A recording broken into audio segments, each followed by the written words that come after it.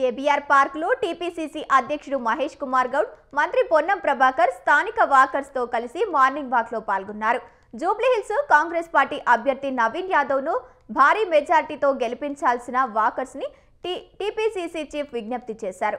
జూబ్లీహిల్స్ నియోజకవర్గంలోని కృష్ణాకాంత్ పార్క్ లోను morning walk చేశారు నేతలు. కాంగ్రెస్ పార్టీ అభ్యర్థి నవీన్ యాదవ్ కు ఓటు వేసి గెలిపించాలని వాకర్స్ ను కోరారు. జూబ్లీహిల్స్ అభివృద్ధి అధికార కాంగ్రెస్ పార్టీలోనే సాధ్యమని, కాంగ్రెస్ పార్టీ అభివృద్ధి గెలిపించాలని అభ్యర్థించారు.